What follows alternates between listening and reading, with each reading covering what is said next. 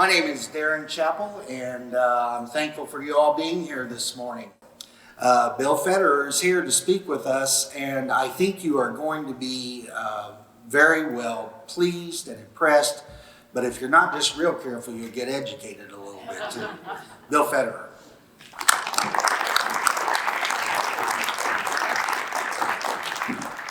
Well, thank you, and I appreciate you coming out in the snowy weather. And thank you, Darren, for the great work you're doing in this community. And there's hope for America with the Lord raising up leaders like Darren. Well, I have a PowerPoint presentation, and do I control it from up here? Is that, let's see here. I'm the first speaker of the day, so I'm learning how to do this. Can you see that okay? All right. Well, all this information is in a book. It's called Socialism, the Real History from Plato to the Present. And Plato's the first one that talked about everybody owning everything in common. And it sounds nice until you think it through. There's somebody that hands out all the common stuff. And they all are always going to be tempted to want to funnel a little extra to their family and friends. And they're always going to be tempted to hold back from someone they just don't like. And before you know it, it gets discretionary. And the saying is, he who holds the purse strings has the power. And so every attempt at everybody owning everything equally always ends up with a deep state bureaucracy that's doing all the handing out with the most corrupt, selfish politician at the top of it, a dictator. Anyway, Plato, he writes in passing. He lived 380 BC in Athens. And he writes in passing of Atlantis, this highly structured civilization on an island that sinks in the sea. Now, whether it existed or not, he thought that it did. There is an island in the Mediterranean called Santorini, and it's what's left of a volcano.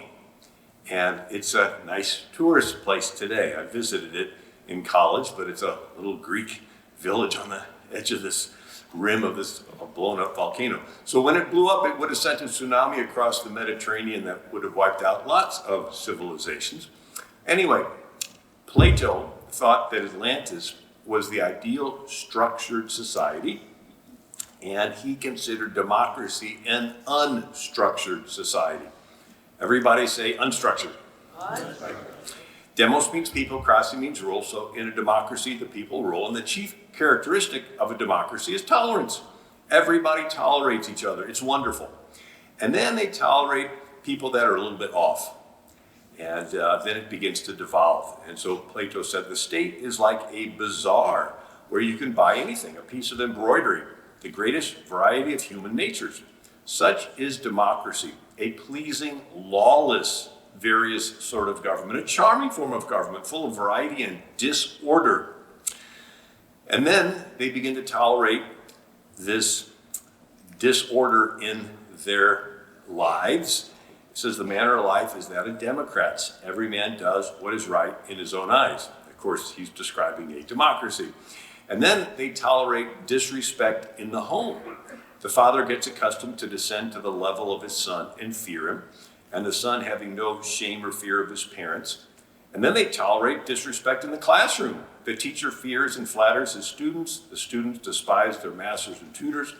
And then they tolerate irresponsibility financially. Citizens vote to take the money from the city treasury, spread the wealth around. When the treasury is empty, they vote to take the money from the rich. The leaders deprive the rich of their estates and distribute them among the people. And then they tolerate immorality in their personal lives. And the young man passes into freedom and libertinism of useless and unnecessary pleasures. There is no conceivable folly or crime, not accepting incest or any other unnatural union. He has parted company with all shame. Yes, that's what he's talking about. And matter of fact, a study was done and by J.D. Unwin. He was an Oxford anthropologist, and he wrote a book in 1934 called Sex and Culture. And he studied 80 major civilizations, including Athens, over a 5,000-year period of time. And he saw trends. And one of the trends was loosening of sexual restraints always leads to civilizational decline, right? Promiscuity precedes cultural collapse. And so he says that civilization goes through 4 stages. In observing these 80 civilizations over 5,000 years, the first stage is a period of pain and poverty. They go through war, they go through famine, they get independent, and they work hard, and they work together, and they become productive and protective and patriotic. And they have this synergy, they're working together, and they finally get prosperous.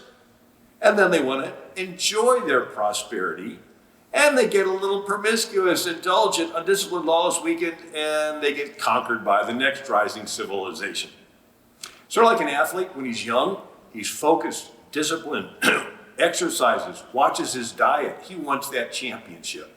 And then finally he gets it, and he is the champ for a couple seasons. And then he gets challenged into the ring of competition. And in his mind, he still thinks he's the tough guy. But in reality, he's a couch potato, right? He's not exercising as much, eating fatty foods, and he goes in and gets the tar knocked out of him. And the next guy's the champ for a while. J.D. Unwin even called it a sexual marketplace. He says when women as a whole say nothing happens unless there's a commitment, the guys say, well, whatever it takes, they make the commitment, they go out and work hard to be productive for their wife. And then little kids appear, and the guy has a new emotion, being protective. And so when all the men of the country are productive and protective of their wives and families, rising water floats all boats. The whole country becomes productive and protective and creative and innovative and expansionistic and even militaristic. But when the women say, well, there does not need to be a commitment, water seeks its own level, and you'll have a bunch of guys getting pleasure-focused and selfish, and then there's fewer kids born to fill the ranks of the military. And when enough of the men of the country act this way, the country ends up getting weakened and depleted and pleasure-focused, and it ends up collapsing and being conquered by the next rising civilization. J.D. Unwin said it's irreversible. He said that when a nation begins to go down this path, it's like a snowball going down a hill. Why? Because human nature is on its side. Human nature wants the pleasure. And so we're faced with the challenge of seeing if we can slow this snowball down. John Adams wrote to Thomas Jefferson, have you ever found in history one single example of a nation thoroughly corrupted that was afterwards restored to virtue? And without virtue, there can be no political liberty. Will you tell me how to prevent luxury from producing effeminacy, intoxication, extravagance, vice, folly? No effort in favor of virtue is lost. Harry S. Truman from Missouri said, without a firm moral foundation, freedom degenerates quickly into selfishness and anarchy. So Athens, they first tolerate each other, it's nice. Then they tolerate people that are a little bit off. Then they tolerate people that are a lot off. Till finally they're tolerating lawlessness. And it turns into insecurity of life and property. It's an unstructured mess. And then the people begin to say, can't someone come along and fix this mess? And that's when some governor comes along and he says, I can fix it. I just need some emergency powers. Just temporarily. But he ends up consolidating power away from the people and into the hands of the government. Plato says, last of all comes the tyrant. When he first appears above ground, he's a protector. He's full of smiles. He's such a nice guy, right? And as he begins to consolidate power, it says if any are suspected of resistance to his authority, he'll have a good pretext for destroying him. And then how does the protector begin to change into a tyrant? Plato says he begins to grow unpopular, right? So he's concentrating power and people begin to cast it in his teeth that he's getting too powerful. And he has a choice. Give up the power, which he's not inclined to do, or get rid of the people confronting him. And so he decides to purge his military of anybody that has virtue. All he wants is yes men. And you see in history that tyrants have two tools in their toolbox. One is fraud, the other is force. Fraud is they'll lie to you and take away your freedoms as long as you let them. But then when they begin to drop in popularity and you don't believe their lies anymore, the only tool left is force. And so that's when they purge their military and their administration of anybody that has morals and virtue. All they want is yes men that obey them out of fear. And Plato said, standing up in the chariot of state with the reins in his hand, a tyrant absolute. And having a mob entirely at his disposal, he's not restrained from shedding of blood. So he has this mob that destroys his political opponents. Plato says democracy is doomed to fail because it's based on the people having virtue. And people really don't have virtue. If you give them a choice of giving up their life or giving up their virtue, they'll always give up their virtue to save their life. Now, ancient Israel's attempt to rule themselves without a king lasted a little longer. The people were virtuous because there was a big magnet in the sky called God, and they were accountable to it. Athens did not have that. By Plato's time, Athens had a bunch of fickle deities that nobody believed in anyway. And so Plato says this self-government thing based on virtue, it's gonna crash. Matter of fact, Plato said if someone was born that truly had virtue, the world would crucify him. This is what he wrote in 380 BC. If a truly just man lived, let him die as he lived. I might add that the just man will be scourged, racked, bound, and will at last be crucified. He wrote that 380 BC. Anyway, so Plato concluded that since democracy is doomed to fail, the best you can hope for is a nice tyrant. He called him a philosopher king. Now let's give him the benefit of the doubt. Let's say there is such a thing as a nice tyrant. He doesn't live forever. And at some point, he's going to pass it on to his son or grandson that is not a very good ruler and uses his power oppressively. And the example from the Bible is Joseph in Egypt, a godly guy, concentrates power into the hands of the Pharaoh. And what did that Pharaoh do with the concentrated power? He fed the children of Israel, gave them the best land in Goshen, gave them jobs taking care of his cattle. But then there was a new Pharaoh that did not know Joseph. And he used all that concentrated power to oppress the children of Israel, make them slaves, and even throw their sons in the Nile River. So that's the dilemma. We get our guy in there, and we allow him to concentrate power because he's going to do our agenda, but he's not in there forever, and he ends up passing it on to the other party that uses that power oppressively. You know, William Howard Taft, 27th president, went on to become the Chief Justice of the Supreme Court. And he's a Republican. And he concentrates power he's the first one to hire a clerk, and he's the first one to federalize the court system. In other words, back then you had district courts around the country, and they made different decisions, and they did not always jive. But everybody was fine with it. Sort of like today, you know, some states have marijuana and other states don't, and everybody knows, okay, that's where you go for that. And he was the one who pushed through, no. When the Supreme Court says it, all the lower courts have to immediately line up. And he was a Republican, but he turns all that concentrated power over to FDR. And FDR puts all of his liberal people on the court, and they use that to push their agenda. So that's the dilemma. And so God's idea was you take the power of the king and you separate it. It's like you take the Tower of Babel and you scatter it. But it's almost like every generation since tries to rebuild the Tower of Babel, only each time it comes around, it's a little bit worse because with military advancements, the king can kill more people. Right? Instead of king killing Abel with a rock, they're killing with bronze weapons or iron weapons or phalanx spears that the Greeks had or scimitar swords that the Muslims had or gunpowder that the Chinese had. So the weapon improves so the king can kill more people and his kingdom keeps getting bigger. And with technological, I don't know why I keep puffing into that microphone. With technological advancements, the king can track more people. So you have Augustus Caesar wanting to have a worldwide tracking system called the census. If he could have had 5G and cell phones and internet, and he would have used that. So anyway. So Plato concluded that the best you can hope for is a nice tyrant called a philosopher king. He's the head of gold. And his administrators and military are the arms and chest of silver. They're the ones that decide who gets what. And since they're keeping things organized, and it's better than a democracy that ends in chaos, they get to live high on the hog. They get special treatment. And they're called the ruling class. and everyone else is the abdomen of iron and bronze. They are the ruled class. So socialism is a structured society of a ruling class and a ruled class. And the ruling class, they're above the law, they're politically connected, they're supported by the commoners, and the ruling class can do special things, like they can get their hair styled when nobody else can. Nancy Pelosi in California.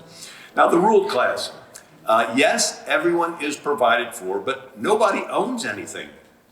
Everything's held in common, with the ruling class deciding who gets what. And the saying is, he who holds the purse strings has the power. There are no families in Plato's perfect society. The government decides who gets to have children, and then the government takes the children away from the parents. They're brought into the city, and they're socialized, a process of getting to give up their family's values and learn how to serve the ruling class.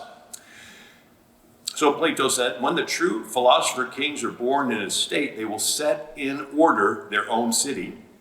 They will take possession of the children, who will be unaffected by the habits of their parents. These they will train in their own habits and laws.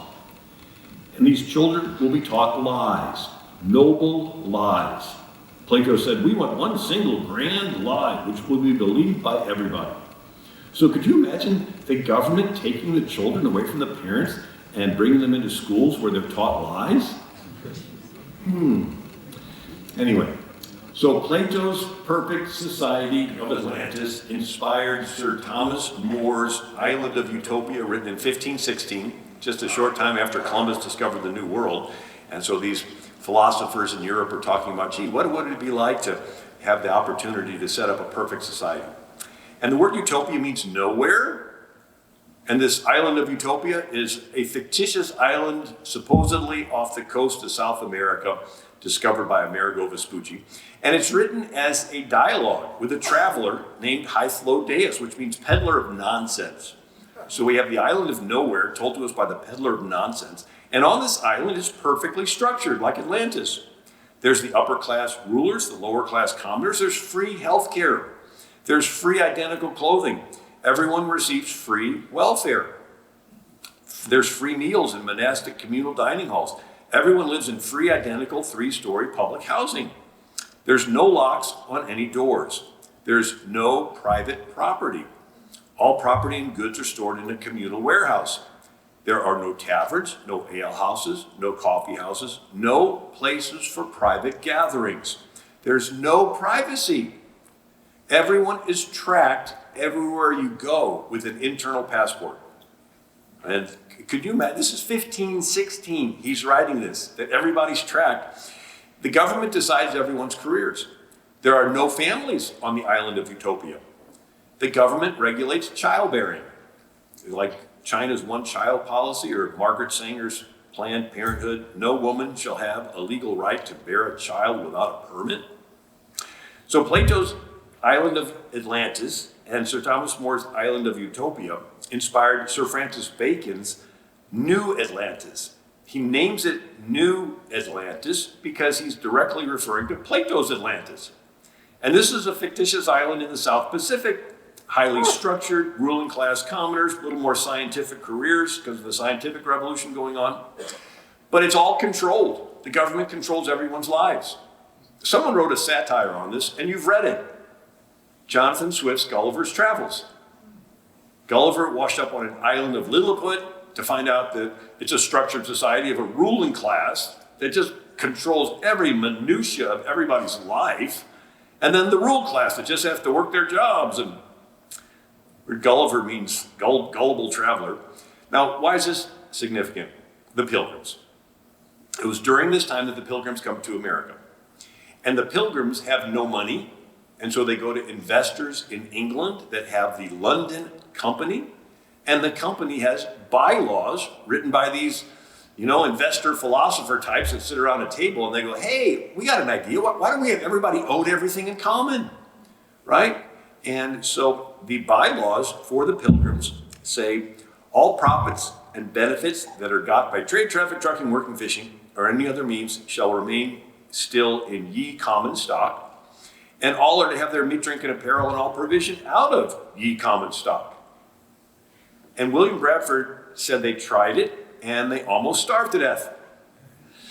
He says the failure of that experiment of communal service, which was tried for several years by good and honest men, proves the emptiness of the theory of Plato and other ancients applauded by some of latter times. I just think this is amazing, that the Pilgrims knew they were trying to live out this theoretical everybody owning everything in common. Prior to the Pilgrims, this had never been actually tried before. It was just talked about by these philosophers in England. And the Pilgrims were the first ones that actually tried to live it out. Bradford says that the taking away of private property and possession of it in community would make a state happy and flourishing, as if they were wiser than God. For in this instance, community of property was found to breed much confusion and discontent, retard much employment, which would have been to the general benefit. For the young men, who were most able and fit for service, objected to being forced to spend their time and strength in working for other men's wives and children without any recompense.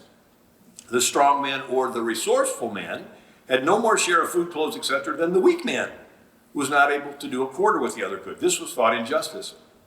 The aged and graver men, who were ranked and equalized in labor, food, clothes, etc., with the humbler and younger ones, thought it some indignity and disrespect.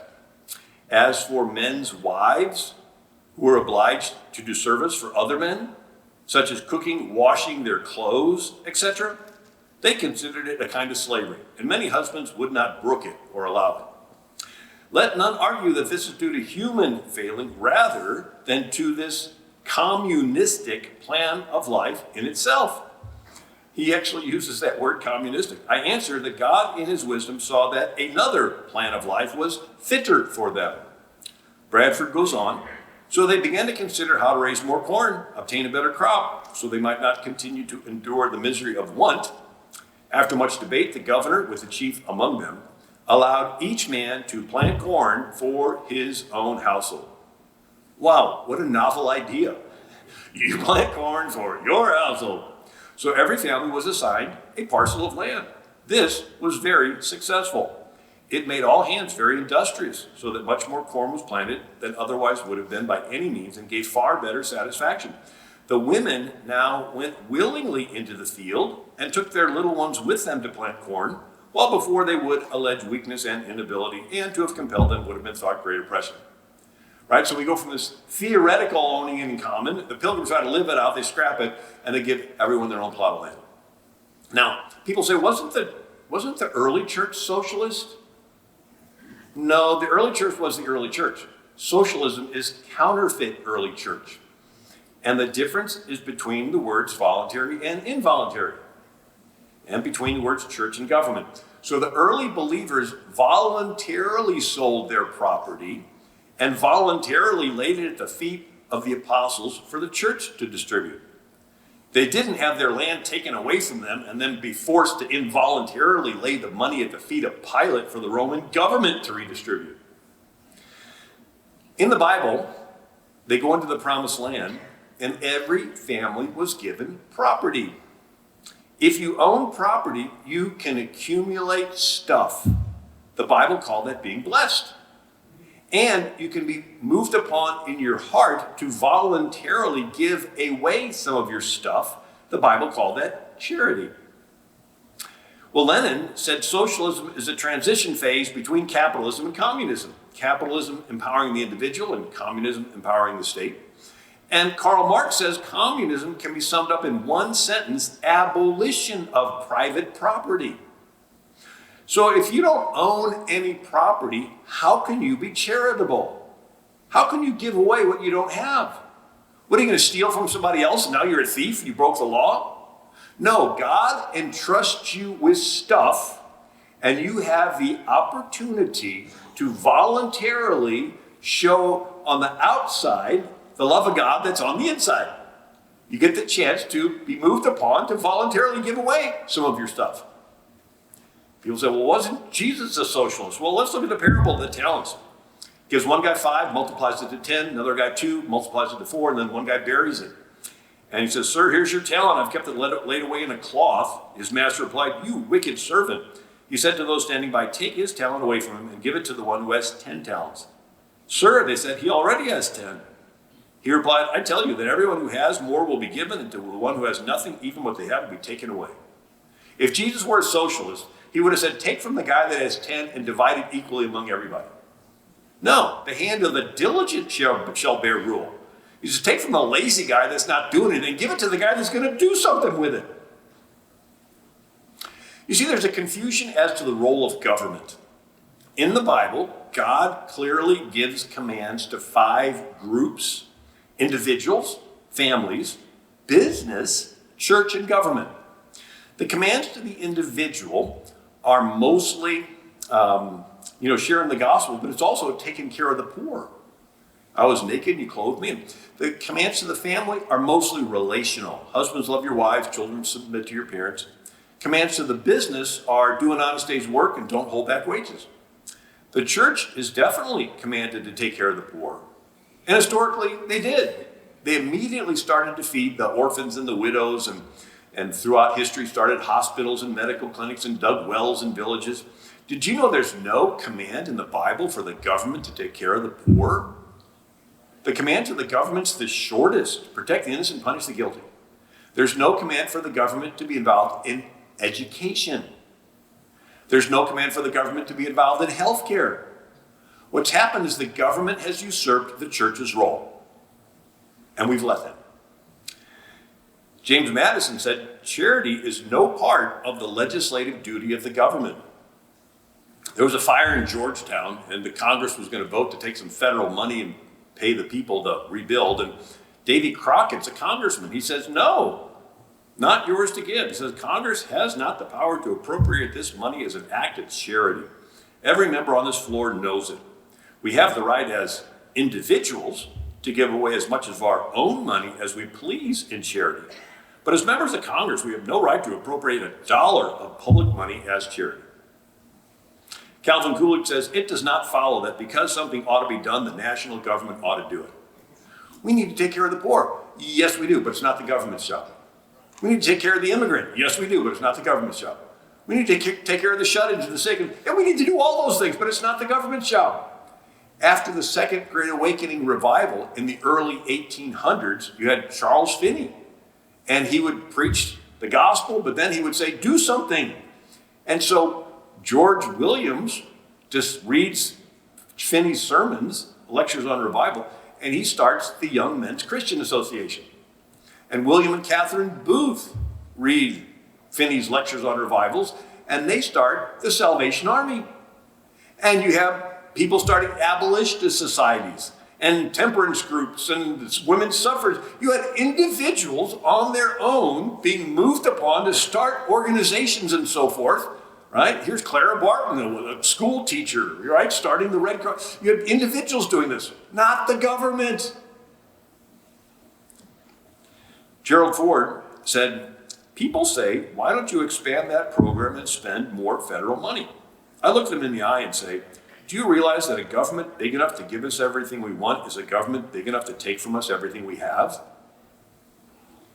Now, what if older fish could tell younger fish to stay away from shiny things dangling in the water, like a fishing lure? But they can't. So every new generation of younger fish sees this shiny thing and they're attracted to it and they're caught. Socialism is a shiny thing dangling in the water. Free food, free clothes, free education, free welfare. Free is attractive, but there's a hook there. You give up control of your life. You give up your independence. Now, whenever the church helps anybody, it's called disinterested benevolence. That you want to help them to get better off with expecting nothing in return. And hopefully when they get better off, they'll be moved upon to help the next needy person that comes along, right? Whenever the government helps anybody, it is always impersonal. You don't know whose pocket that money was taken out of that turned into that welfare check that comes in the mail. And when the church helps people, it's personal. The giver experiences the joy of the Lord of helping someone in need. And the recipient feels the love of God through a real person. And a relationship is built. Whenever the government helps anybody, it is always impersonal, right? And then the recipient, instead of being grateful, they begin to view it as a debt that is owed to them. And over time, their self-esteem goes down. They see other people working and being successful, and they feel bad. And they want to channel that negative feeling somewhere. They want to blame somebody. They end up blaming the very government giving them free stuff. They end up hating the government giving them free stuff. It's a strange dynamic. So the Pilgrims, they switch from company to covenant. They switch from involuntary, where it's the bylaws that's going to take everything away and redistribute it, to voluntary, that you get stuff and you can be voluntarily moved upon to give away some of it. They get this idea of covenant from ancient Israel. And it was studied so much in the early colonies that they taught Hebrew at Yale and Harvard. And so the idea of covenant is you get rights and blessings from God, and you voluntarily take care of your neighbor because you're doing it as unto God, right? Like a triangle. And by the way, this is Yale's coat of arms. They still have Hebrew characters on it to this day. They look back to this first 400-year period when Israel came out of Egypt before they got King Saul. So before King Saul, you had 400 years where Israel had no king. And I wrote a book called Who Was the King in America? And I actually spent years researching every civilization that's ever existed on the planet. And again, the most common form of government is kings. Nimrod, Pharaoh, Caesar, Kaiser, Sultan, Tsar. And what stands out is around 1400 BC, Israel comes out of Egypt. And for 400 years, they don't have a king. And the law, so where there's a king, it's hierarchical. If you are friends with the king, you're more equal. You're not friends with the king, you're less equal. You're an enemy of the king, you're dead. Or you're a slave. Right? People say, I thought slavery started in 1619. No, wherever you had the first king on top, you had slaves on the bottom. Hammurabi's Code, 1800 BC, right? I mean, it talks about the king is semi-divine, and then you have the royalty class, and the merchant class, the military class, and then the peasants, and then finally the slaves on the bottom. And it says, if a slave says to his master, you are not my master, he gets his ear cut off. Right? So slavery didn't start in 1619. It started where you had the first king on top, you had slaves on the bottom. Well, guess what? Ancient Israel, they didn't have a hierarchical system.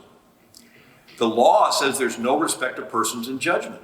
Everyone's to be treated the same. Male, female, made in the image of the Creator. This is the beginning of the concept of equality on planet Earth. That everyone you see is equal to you. Israel had tolerance. Here they were worshiping the one true God, and they never felt compelled to force anybody to worship the one true God. They didn't say, get your lamb and drag it to the temple. Israel was the first nation with private land ownership. Wherever you have a king, you never really own the land. It's always going to be conditional of you staying on the nice side of the king. You cross the king, he'll take away the land and kill you. But in Israel, the land was permanently titled to each family. Israel had no police. Everyone was taught the law. Everyone helped enforce the law. It was like everybody was deputized. We have a little of that in America with traffic laws. Somebody cuts you off, you take it upon yourself to honk the horn. Or maybe a mom watching a bunch of neighborhood kids, she has no problem in correcting somebody else's kid. In ancient Israel, everybody corrected everybody else. Self-policing system, right? Israel had, even the children were taught the law. That's why the battle's over the kids, right? So Plato said that, right, the tyrant king's going to take the kids away from the parents and indoctrinate the kids. But God chose Abraham because he knew he would teach his kids. And so the battle is over. Who gets to teach the next generation? And if you think of it, we're spirit, mind, and body. Your mind is like a super fancy computer. It's more than that, but it's at least that. And your body's like the computer case, which makes it silly for people to argue over what color the computer case is. Imagine if I were to say blue computers are better than red computers. It's like, really doesn't matter what color the computer or the iPhone is. What matters is what apps, what software is running on it. It doesn't matter what color somebody's skin is. It's what behavioral software is running in their brain. Is it love your enemies, do good to them that hurt you, bless them that curse you, right? Go the extra mile. Or is it the selfishness, the default setting for human behavior? It's the sinful selfishness. Me. Right? And so the other side wants to put malware and spyware and corrupted files and viruses on these little kids' brains. And it's our job to put God's software on there. And that's the battle.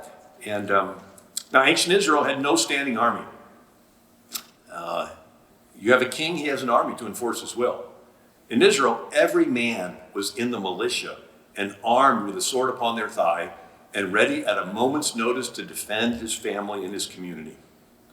Israel had no prisons. In Egypt, Joseph was in prison for several years.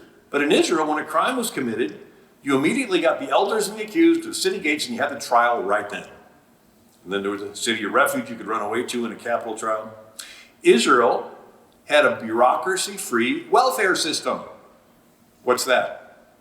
In Egypt, people were selling their souls to the Pharaoh in exchange for a bag of grain.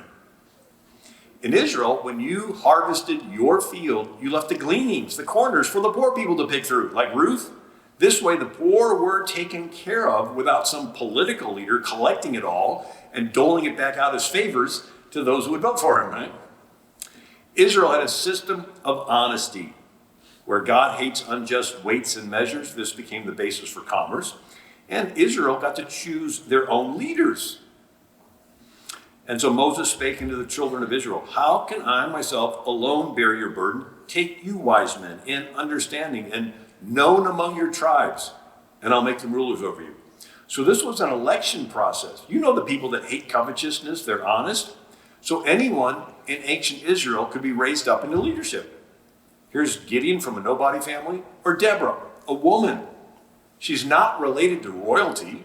She just knows the law. She's honest. The reputation spreads. She sits under a tree, and people make their way all the way across the country for her to hear their case and tell them what the law says. Where else in the world could a woman become a national leader who's not related to royalty? Harvard President Samuel Langdon gave an address in 1788. The Israelites may be considered as a pattern to the world in all ages of government on republican principles. From abject slavery, a mere mob, to a well-regulated nation that are laws far superior to what any other nation could boast. Think of it. The whole world is kings. Here's Israel. They're slaves, they can't even read, and suddenly they get downloaded this most unique form of government that's so contrary to human nature with no king. And it worked because every citizen was taught the law. And now Israel, another little trivia, was the first nation with a literate populace where everyone could read. In Sumeria, they had 1,500 cuneiform characters, but it was only for the kings and scribes. Egypt had 3,000 hieroglyphic characters. Only 1% of Egypt could read. Reading and writing was the scribes' secret knowledge. They actually kept the hieroglyphs complicated on purpose as job security. China had 10,000 characters only for court records. Only the upper class could read. It was like the deep state. They knew what was going on and everybody else was in the dark. We had little of that in America prior to the Civil War, where some of the Southern Democrat states had laws making it a crime to teach slaves to read. Frederick Douglass, the Republican advisor to Lincoln, wrote in his autobiography of growing up on a plantation, and the slave master's sister-in-law was teaching him the alphabet. Her husband walks in, yells at her, says, "Don't you dare teach slaves to read. They'll be able to escape and run away." Frederick Douglass says, "That was the first sermon that convinced me that I wanted to learn how to read." Anthropologist Claude Levi-Strauss, ancient writing's main function was to facilitate the enslavement of other human beings. So when Moses comes down the mountain, he does not just have the law, he has the law in a 22-character alphabet. So the first letter is Aleph, second letter Beth. Sound familiar? So easy to learn, kids could learn it. I mean, imagine if you were to come down with the law in 10,000 Chinese characters or 3,000 hieroglyphics, right? The alligator and the raven, no, 22 simple characters. So the Levites not only taught the law, they taught people how to read it. The law that says you get individual rights and you can read it so you can maintain your individual rights. Here's a quote from Eupolemus, 158 BC. Moses was the first wise man that taught the alphabet to the Jews, who passed it to the Phoenicians, who passed it to the Greeks. So if you think of government on a line, one side's total government, the other side's no government. Total government, you have kings who rule through fear. No government would be anarchy. No government unless each citizen is taught the law. It's like everybody downloads a behavioral app on their iPhone. Imagine, we all have GPS. Imagine a behavioral app, right? And it's monitoring your blood pressure and sees you're about to lose temper at somebody, and it says, alert, don't lose your temper, right? Another, it's checking your bank account's a little low, and it sees you eyeing something on the table, and it runs this algorithm that you're thinking of stealing it. It'll say, alert, alert, don't steal. Imagine a behavioral app. And the Levites are the computer geeks that help you to download the app, right? You go to Apple Store, Google Play, line upon line, precept upon precept, punch here, right? But the big question is, why would you follow it? What would motivate you to follow an internal moral? Ancient Israel had the key ingredient. There is a God who is watching everyone. He wants you to be fair. He's going to hold you accountable in the future. You're about to steal. Nobody's around. You know you can get away with it. And then you think, God's watching me. He wants me to be fair. He's going to hold me accountable in the future. Maybe I should hesitate stealing. And it creates something in your head called a conscience. If everybody in the country really believes this, you can maintain complete order with no police. Maximum liberty. Now, God knew the Israelites would slip and sin, and rather than them walk around the rest of their life with a guilty conscience, once a year they would have the Day of Atonement, and everyone's sins were forgiven for the past year. They started the new year off with a clean slate. And for those of us that are Christian, this is Jesus is the atonement. And once and for all, he died on the cross to pay for our sins.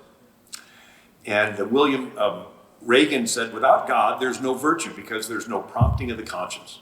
Without God, laws are just made up by a bunch of old men. Why follow them? Some will as long as it's acceptable and the in thing to do. Others are going to yield to their selfish side.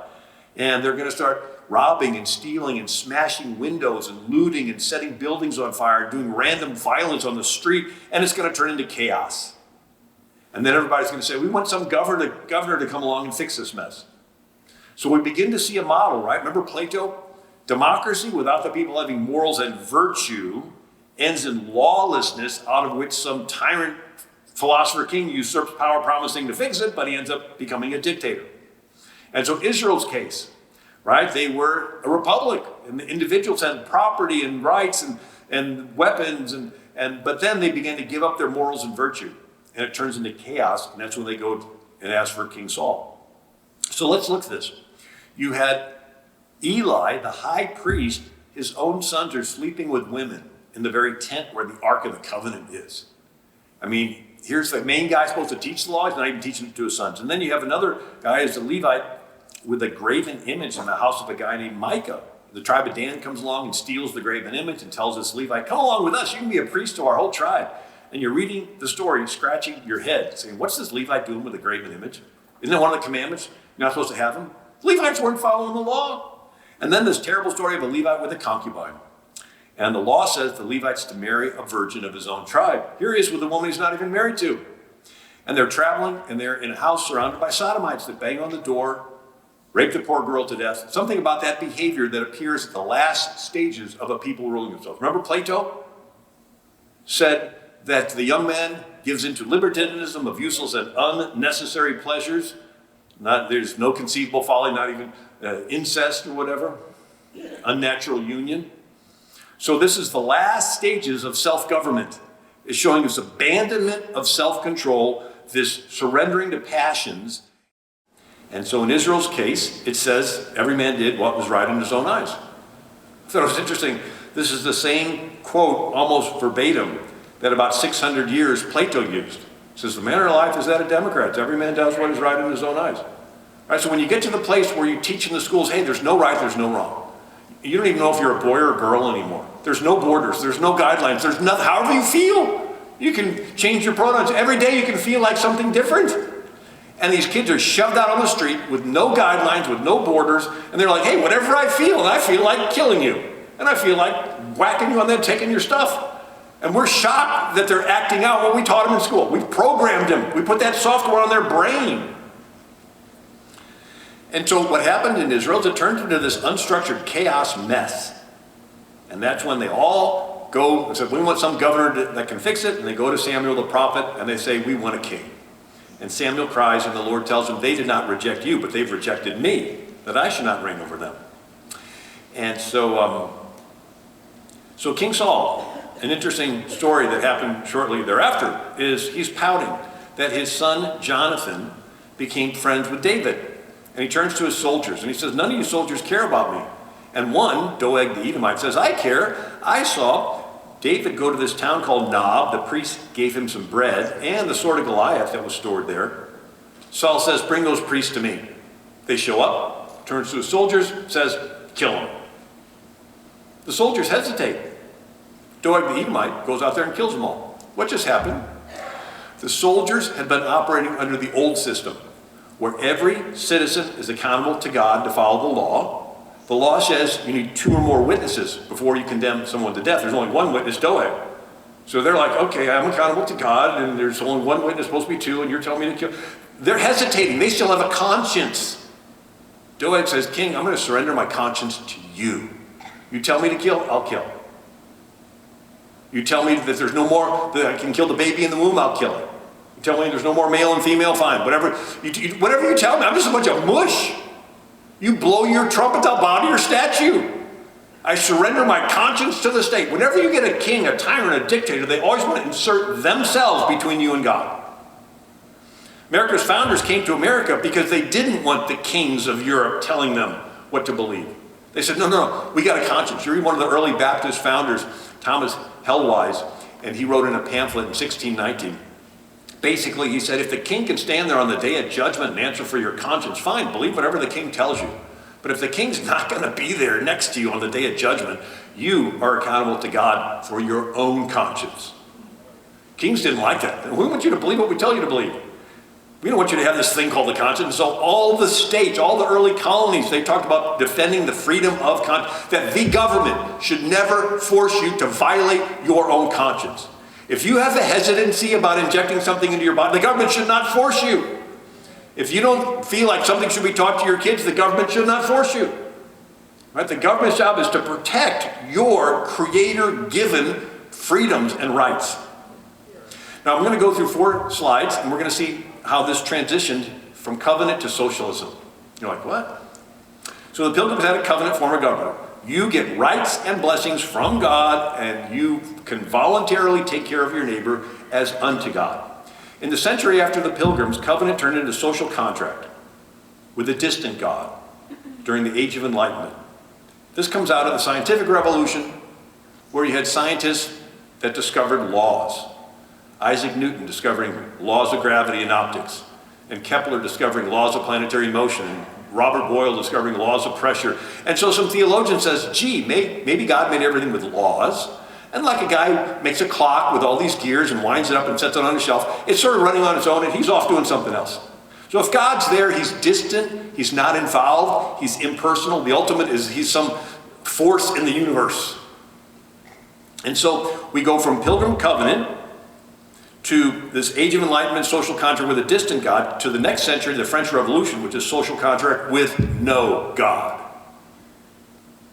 You get your rights from the group, you're accountable to the group. Well, in the next century, it turned into socialism and Marxism, where the state is God.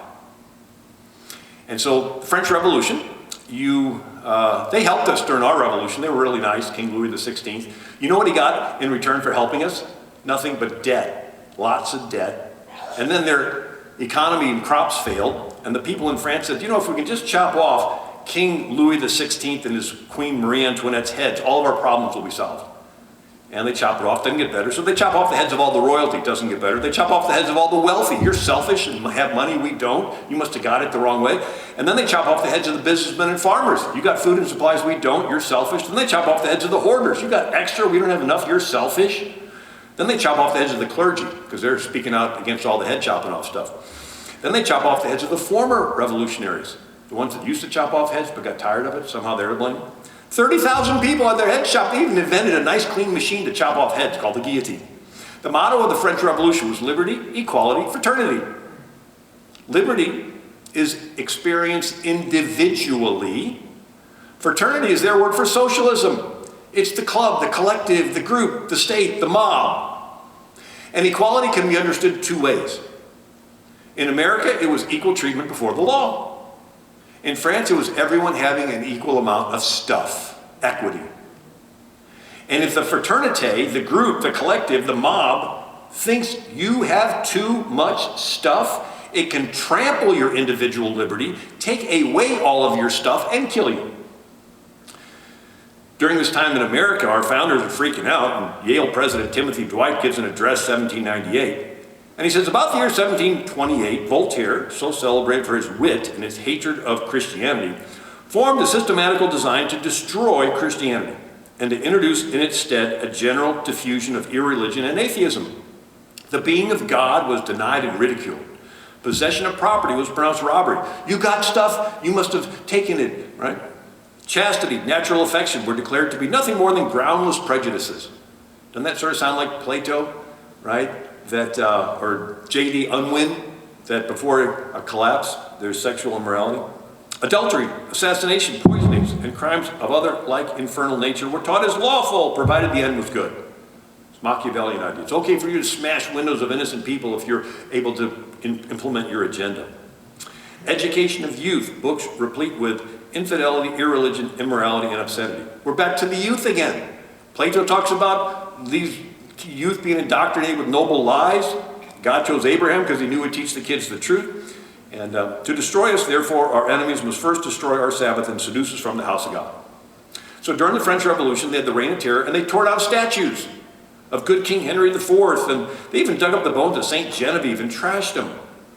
And who was she? When Attila the Hun, with 500,000 men, were destroying city after city in Europe, Genevieve got all of Paris to fast and pray. And for some reason, Attila skipped trashing Paris. So she's the patron saint of Paris. During the French Revolution, they dig up her bones and trash them. Why would you do this? Why would you want to destroy history? It's something called deconstruction, where you portray the founders of a country negatively, so people emotionally detach from them. Then they're in a neutral, open-minded position, and then you portray whatever future you have planned for them positively. It's a sales technique. If I was a toothpaste salesman, the first thing I'd do is tell you negative things about the toothpaste you're currently brushing with. Don't you know that toothpaste will eat the enamel off your teeth? You're like, ooh, really? You're repulsed by it. Now I have you in a neutral, you're open-minded, what are all the toothpastes out there? And then I give you my pitch for this brand new tartar controlled breath freshener toothpaste. So it's a drive, neutral, reverse. So that's what they do. They go into the classrooms and they tell the kids negative things about the founding fathers. They took land from Indians. They sold people into slavery. They were chauvinists. They were terrible. Ooh, the students are repulsed by them. Forget the fact that they gave you a country where you're in charge of your life. And then the kids are in a neutral position. They're open-minded. What are all the belief systems out there? Then you give them your pitch for socialism or LGBT or Sharia Islam. So it's a drive, neutral, reverse. Europe went through this. Went from 1,000 years of Catholic cathedrals, Protestant Reformation, Jewish neighborhoods, to the French Revolution, free sex, anything goes, and now it's turning into a Sharia socialist Europe, with Muhammad being the #1 name for newborns and no-go zones. Anyway, French Revolution. So they decided to erase Judeo-Christian influence. Religious monuments destroyed, graves desecrated, religious meetings prohibited, churches closed, Christian schools banned, church education, no private and public worship allowed. They even had the Sisters of Charity of St. Vincent de Paul that started hundreds of hospitals across Europe. The oldest hospital in Europe is Hotel Dieu, which is right next to Notre Dame Cathedral. Anyway, they told these nuns that you got to violate your religious conscience and embrace this secular state, and they wouldn't. So they line all these nuns up to the guillotine. And they're singing their church song, Psalms 117, and one by one, they'd chop off a head, there'd be one less person singing, one less person singing, one less person singing, until there's nobody else singing. Could you imagine the government forcing healthcare workers to give up their religious convictions? And then the government was committing terror on its own people. Here's Robespierre. Every day he'd come in with a list of people disloyal to the Republic. A list of new people that were involved in an insurrection that need to be investigated and detained. He says, lead the people by terror. Basis of popular government during a revolution is terror. Terror is nothing more than swift, severe, and inflexible justice. Could you imagine the government intentionally terrorizing its own people? Ministers, priests, those who harbored them were executed. A similar thing happened in Mexico in 1917. Then there's a rural area, a farming community. Far, far away from the capital. They think they're safe. But then the federal government sends its army and they kill 300,000 men, women, and children in the Vendée, considered the first modern genocide. This became the model for every socialist revolution since. You kill off everybody that's hanging on to the old way of doing things. And then Robespierre puts a prostitute in Notre Dame Cathedral, covers her with a sheet, says this is the goddess of reason, let's worship her. They don't want done in the year of the Lord, so they make 1792 the new year one of the Republic. They don't want a 7-day week, because it goes back to the Bible. They came up with a 10-day week, a decade week. Each day had 10 hours, each hour had 100 minutes, each minute had 100 seconds. They said 10 was the number of man, because you count with 10 fingers. They made every measurement in France divisible by 10. They called it the metric system. Maybe that's why I never really liked the metric system. And since there's no God in France, who decides what's right and wrong? The state, the mob, the collective? And out of that chaos, they get a dictator named Napoleon. Right? So here we're back to that model. Republics and democracies where the people don't have morals and virtue ends in chaos, out of which a tyrant arises, and in this case it was Napoleon. And so Napoleon conquers Europe, 6 million die, and then the king of Prussia, a German kingdom, said we can't get conquered that easy again, we need to strengthen the state. And he gets a philosopher named Hegel, who teaches at the University of Berlin, and one of his students is Karl Marx. So again, we go from this idea of covenant with a personal God, to social contract with an impersonal God, to French Revolution, social contract with no God, to Marxism where the state is God. And here's Hegel. He says the state is God walking on earth. We must worship the state. All the worth which the human being possesses, he possesses only through the state. Rousseau, who wrote the social contract, when the state says to a citizen, it is expedient for the state that you should die, he ought to die because his life is a gift made conditionally by the state. A century later, Germany says Nazi Ministry of Justice authorized physicians to end the sufferings of incurable patients. No life still valuable to the state will be wantonly destroyed. And then you got Cambodia, Pol Pot kills a third of his country. To keep you is no benefit, to destroy you is no loss. Your life is only of worth if you're helping me get more power. Hegel, the state recognizes no authority but its own. It acknowledges no abstract rules of good and bad. What's an abstract rule of good and bad? You mean like the Ten Commandments? Yeah, there's no God. It's just what the state agrees upon, and the state wants power. And if you help the state grab power, the state thinks your life is useful to it. And if you're challenging the state, it will use its power to crush you. And Eisenhower said, in many lands, the state claims to be the author of human rights. If the state gives rights, it can and inevitably will take away those rights. The Founding Fathers had to refer to the Creator in order to make the revolutionary experiment make sense. In other words, do your rights come from the government or from a source higher than the government? And our founder said the rights come from God, and the government's job is to protect to you, guarantee to you, your Creator-given rights. If there is no Creator, the rights come from the social contract, the mob, the state, the collective, the fraternity. And if the state thinks that you're helping it get more power, then your life is useful to it. And if not, the state gets rid of you. This is the Nuremberg trials. They're trying to hold these Nazi officers accountable for killing millions of Jews.